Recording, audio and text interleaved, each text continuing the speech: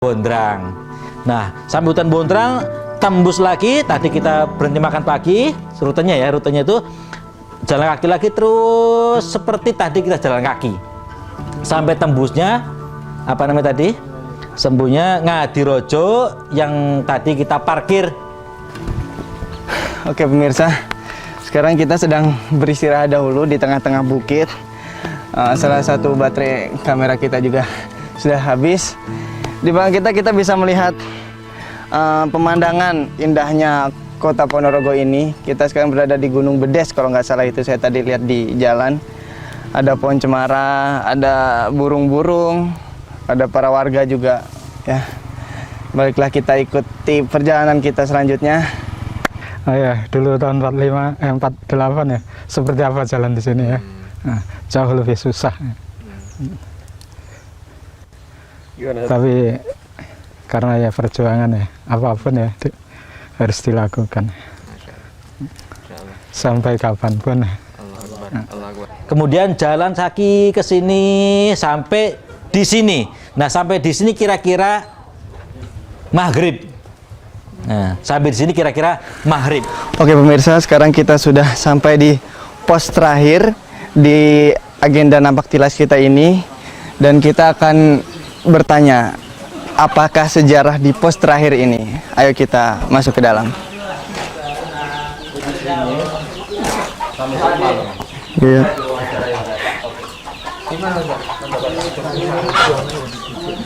Assalamualaikum. Pimpinan pondok pada waktu itu santrinya itu dalam keadaan ya belum makan, belum sarapan, apalagi minum. Ya pada zaman itu bekalan pun dengan apa adanya. Berhentilah di sini untuk istirahat. Rombongan motor kedua Nampak Tilas 90 tahun motor sudah sampai di pos 7 dengan selamat. Sukses semuanya. Kami hormati Bapak Sahibul Bait, Bapak Sutiasman pun Pak Pak Rusdi dan keluarga besarnya. Yang kami hormati para masai, asatid, siswa KMI. Puji syukur alhamdulillah tepat seperti waktu yang kita prediksi, kita sampai ke tempat ini. Ini adalah tempat di mana ujung perjalanan Trimurti ketika dikejar oleh PKI. Nah, namun sore pada sore itu santri istirahat, diskusilah Trimurti dengan beberapa guru-guru pada waktu itu, termasuk Ustadz almarhum Kiai Haji Imam Badri, juga almarhum Kiai Haji Ghazali Anwar. Nah, itu ada dua tokoh gontor yang pada waktu itu yang betul-betul masih senior, dan Pak Badri dengan Pak Ghazali Anwar pada waktu itu masih termasuk tentara Hizbullah. Mengapa memutuskan ke Trenggalek? Karena Ustadz Badri juga punya hubungan dengan tentara Hizbullah yang ada di Trenggalek. Ya. Sampai di sini Pak Ghazali dengan Pak Badri masih menyimpan pistolnya, masih menyimpan pistolnya karena untuk menjaga Trimurti itu. Ya, sama Pak Sahal, Pak Badri ditanyain, Pak Badri, pistolmu endi? Nah, bahasa Jawa, pistolmu mana? Ada Yai. Itu, pistolmu kamu buang. Kalau ndak kamu buang, kita semuanya ini akan mati semuanya, akan dibunuh oleh PKI. Karena jelas kalau ada pistolnya, berarti ini termasuk tentara Hizbullah, lawannya PKI, berarti harus mati semuanya. Nah, akhirnya Pak Badri sama Pak Ghazali Anwar buang pistolnya kira-kira di itu tuh, di sungai itu, di sini ada sungai. Nah, di gedongan sungai itu di sebelah, nah itu udah dilihat tadi kan, di sungai tadi dibuang di sana.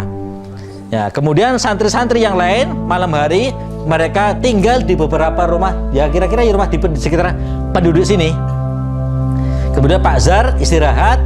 Nah, kira-kira pada malam hari rombongan itu, namanya rombongan yang dikepalai oleh Kamplo itu ketuanya PKI di daerah Ponorogo itu, mereka sudah ngejar. Jadi cerita lain ketika ketika rombongan itu nyampe sini, orang PKI dari Madiun itu sampai Ponorogo itu nyari sampai ke Gontor. Jadi Gontor semua kamar-kamar santri digeledahin semuanya, dibukain semuanya, bahkan Arko diinjek-injek semuanya, kosong, tidak menemukan santri. Dan ditanya, kemana santrinya, kemana kiainya, mana Pak Sahal, mana Pak Zar? Dan itulah mereka marah sekali karena tidak mendapatkan Pak Sahal, Pak Zar pada waktu itu. Trimurti sudah tidak ada, sudah lari semuanya. Nah akhirnya mereka mengejar, kemana perginya? Otomatis tidak ada cara lain, ya mereka mengejar dari jejak-jejak yang ada. Ditelusuri sampai sini. Jam sekawan sore tinggal ning riku. Kira-kira nek kanten boten setengah jam. Namine kamplok niku teko. Midang ceritane kamplok niku. Nggih. Nah. Kamplok niku moro-moro. Moro-moro niku kok birange lho. Ya iki kok apa ora dipateni kabeh wong lak meneh kene. Angen-angen. Digedor sini karena ya PKI mempunyai mata-mata. Jadi informasi jalannya Trimurti itu sudah sampai juga ke ke orang-orang PKI yang ada di sepanjang jalan itu. Akhirnya sampailah PKI di sini, kamplok di sini, gedor rumah sini dibuka. Mana Pak Sahal, mana Pak Zar? Wah, pertanyaan yang pertama gitu. Ditanya satu Badri. Tidak ada. Pak Zar, Pak Sahal tidak ada. Loh ini siapa? Ya ini ya masyarakat sini, saya tidur sini. Tidak ada semuanya.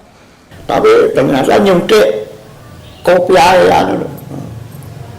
Kopi ae anu apa? Sokok nggih. Kopi sinten ya? Kamplok geblak. Kopi pun Mbah Yai. Iya Mbak Isa. Geblak. Geblak itu. Terus metu kuntrung ngoten. Terus ngoten iki tok wis gak ana anu. Niku kira-kira jam sekawan, kira setengah jam atau setengah gangsa niku kanca-kanca teko. Jangan biasa mendene. Ustaz Badri. Nggih. Apa niku nggih kanca ditawan. Nggih. Terus Pak Ghazali Ponorogo niku nggih ditahan. Terus Muhari niku saking kandangan niku sak rating kali niku nggih ditahan. Nusul lare gangsal. Sapa kan situ. Sokimen nggih saking anu, saking kandangan. Akhirnya diinterogasi terus, akhirnya tidak ada yang ngaku Pak Sahal dan Pak Zar. Karena tidak yang mengaku masih selamat, tetapi mereka malam hari itu juga ditangkap, diikat Pak Sahal, Pak Zar dengan guru-guru yang lain diboyong ke ke rumah PKI juga, itu di selatan di sebelah baratnya Polsek Soko. Oke. Setelah kita tadi dari tempat di mana Trimurti itu ditangkap di daerah di daerah Buyut. Sekarang kita menuju Polsek Soko di mana para Trimurti dan rombongannya itu digiring ke sana. Kita sudah berjalan sekitar 1 jam dan kita harus berjalan lagi sekitar 1 jam lagi untuk sampai di Polsek Soko sana. Papane sing paling jembaran nang kene kan Soko Sumbul ngarane. Anu ngriku. Kene kan gedong. Gedong apa niku jeneng. Biar gak penjualan candu niku. Ditawan kok kene ngriku. Kok sore niku pasang bulan anu besar kira tanggal pinten nih kopi. Pun pasang bulan rada anu ngoten kok ketok. Ya, di sebelah barat Polsek Soko. Pak Zar dengan Pak Sahal itu dipisah. Ya, dipisah kamarnya karena akan diinterogasi. Ya, dipisah. Dan Pak Dut itu terus diinterogasi sampai disitulah diskusi lagi. Pak Sahal mengatakan biar saya yang mengaku Pak Sahal. Ya, biar saya mengaku Pak Sahal. Biarlah saya yang dibunuh oleh PKI. Kalian jangan, lebih baik saya yang mati, kalian hidup semuanya. Pak Sahal juga bilang, tidak. Saya yang biar mengaku Pak Sahal. Saya yang biar dibunuh. Karena Pak Sahal lebih tua, Pak Sahal lebih banyak pengalamannya. Disitulah dialog antara Pak Sahal dengan Pak Zar. Siapa yang akan menjadi korban PKI, mengorbankan dirinya untuk kepentingan pondok, untuk kepentingan kelangsungan santri-santri semuanya. Nah, situlah akhirnya Pak Badri yang mengaku menjadi Pak Sahal. Ya, saya Pak Sahal. Nah, ketika ditangkap lagi di Razili, saya Pak Sahal. PKI-nya bingung. Enggak, Pak Sahal bukan kamu. Pak Sahal itu udah sepuh, bukan muda kayak kamu. Akhirnya Pak Bati dikampleng blek sampai pingsan. Nah, itu lagi sampai blek sampai pingsan itu di situ. Ditanya begitu nih ya. Menawi tiram wonten gedung susah kali guyon. Susah kali guyon. Lah niku enek jero anu dimari ublik. Ublik kan kalau ublik. Nggih. Ya gas. Lah kene jero gak napa langsung kan mboten iso metu. Wis oleh sampe keluar. Allah ya Allah. Apaan? Wah, kalau ke sungai mandi. Itu dari guyon. Tapi barang pengalaman, wah gah turun jero nang jopo ae. Tapi di pasangan ini kalau betul itu dari siji ku. Omah ciri sini nomor 40. Kawan dah 309 atau kawan dah. Ya sekitar 40 lah. Kawan dah 9. Bon, datang kriku di Kang Dalu. Besok tahanan dipindah ke Ponorogo. Alhamdulillah berangkat jam 7 dijemput dengan mobil, dengan bis, truk. Bisa jam sini kaya kunjung pandra. Sudah perintah kono melampah. Semua rombongan timur tadi dibawa ke Ponorogo lewat Pulung. Dari Soko ke Pulung sampai dibawa ke Ponorogo, digiring sama PKI. Digiring, digiringnya diikat ini. Diikat jalan kaki. Jadi salahnya jalan kaki, bukan digiring kemudian dinaikkan dokar atau tidak. Jalan kaki, digeret. Bayangan aja, bukan digiring kan enak ya, ini. Ini digeret, diseret, ditendang dan sebagainya. Sampai Ponorogo. Ngantor duki alun-alun jam 7:30. Jam 7:30 dijemput dengan namanya Panjang. Niku ketua pemuda rakyat Ponorogo. Nah kemudian sama PKI itu semua itu di penjara. Pak Sahal, Pak Zar itu di penjara. Yang lain santri semuanya sudah ndak karuan bubar. Ya mencari selamat sendiri-sendiri. Mencari selamat sendiri. Ada yang lari ke Ponorogo, yang kemana lah. Ada yang pulang ke Gontor lah. Ada yang langsung ke Madiun lah.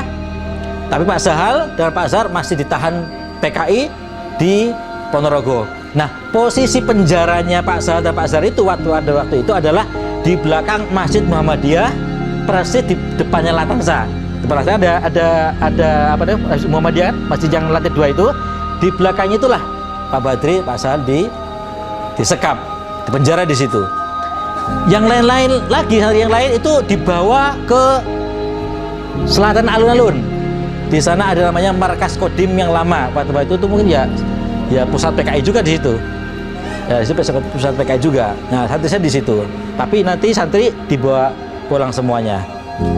Ketika di penjara itulah Pak Sahal dan Pak Zar sudah sudah gelisah. Pokoknya gimana pun juga kita harus selamat. Bagaimanapun juga pondok harus tetap jalan. Bagaimanapun juga kita harus tetap berdoa, bermohon kepada Allah, ya wirid, ya dzikir, semuanya di situ tanggung jawab satu. Tapi alhamdulillah Allah memberikan jawaban. Tentara Siliwangi yang dari Jawa Barat itu menghadang pemberontakan PKI. Selama 1 minggu ditahan pada hari Selasa kalau tidak salah. AP angkatan perang saking Tulungagung, Siliwangi saking Kilen, saking Sumoroto, terus Hizbullah saking Jombang, tempuk dari Ponorogo. Jadi PKI pada waktu dari Jawa Tengah, kemudian itu dia sudah dihabisi semuanya. Sampailah pasukan Siliwangi ke Jawa Timur, ya, sampai ke Ponorogo, sampai ke Madiun. Semua orang PKI dikejar semuanya, dibunuh. Akhirnya bersihlah orang PKI dari Ponorogo, dan akhirnya Pak Zar, Pak Sahal dikeluarkan dari penjara di Ponorogo itu. Nah, kemudian beliau pulang jalan kaki dari Ponorogo. Kalau tidak salah pada waktu itu masih berpisah, ya. Jadi karena pesantren juga banyak yang bubar, di Pak Sahal, Pak Zar akhirnya pulang ke Gontor. Nah, sampai di Gontor itulah terjadi dialog lagi antara Pak Zar dengan Pak Sahal sampai di Masjid Pusaka, sholat di situ. Kemudian beliau mengatakan nyawane awake dhewe iki, terjemahannya Indonesia ya, nyawa kita ini adalah nyawa sudah tersisa, sisa-sisa nyawa. Mestinya kita itu sudah mati terbunuh oleh PKI di Mbuyut. Ya, ini namanya desa Mbuyut. Mbuyut. Maka oleh karena itu kita harus meneruskan perjuangan.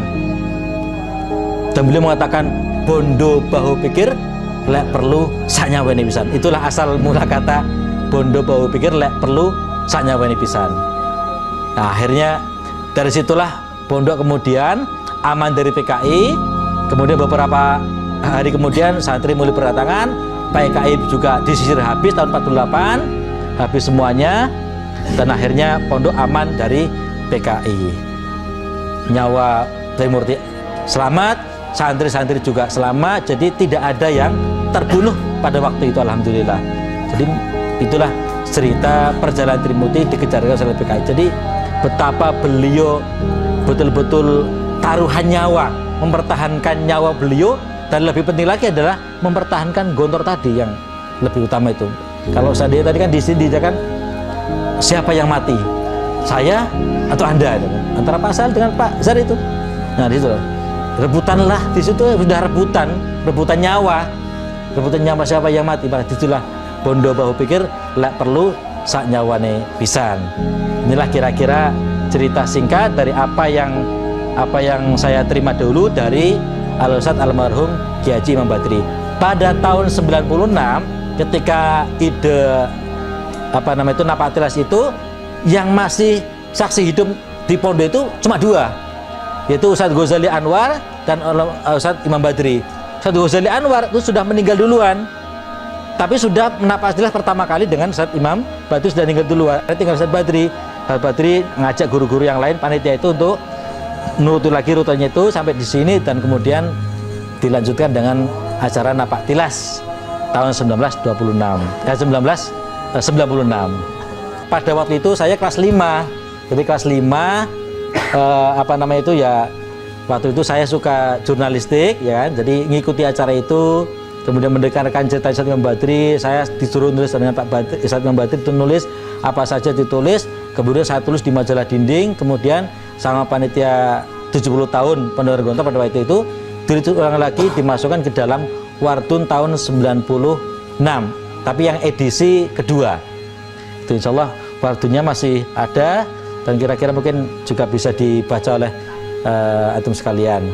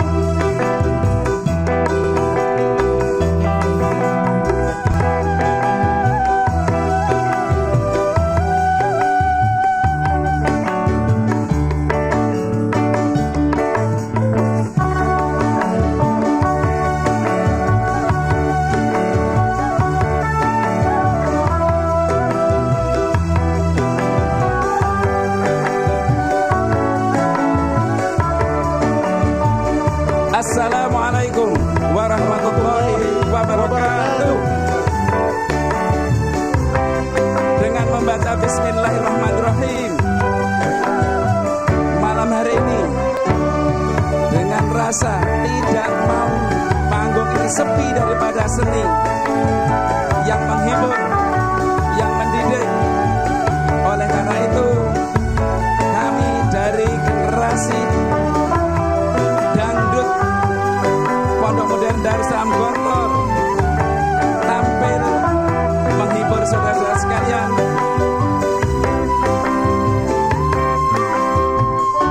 Agar semuanya menjadi senang, menjadi seperti yang dirasakan oleh semuanya ini. Masya Allah, Masya Allah. Lagu pembukaan sebagai pemanasan, lagu pembukaan sebagai pengenalan. Karena yang main adalah orang-orang yang sudah berpisah tempatnya, berpisah waktunya, periodenya. Dan kali ini mereka bertemu dalam satu panggung. Masya Allah, rasanya berat sekali untuk mengomentari beliau-beliau ini bagaimana bisa memainkan sebuah lagu dalam bahasa Jawanya sing nyemek-nyemek gitu tadi itu.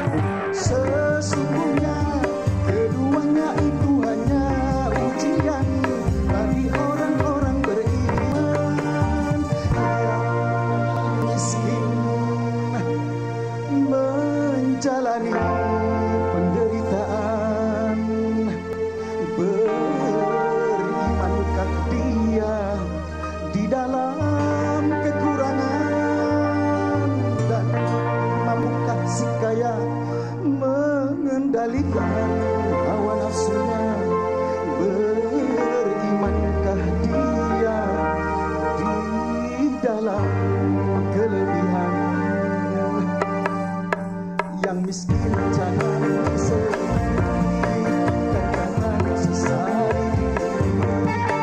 Yang kaya janganlah bangga, jangan membusungkan dada.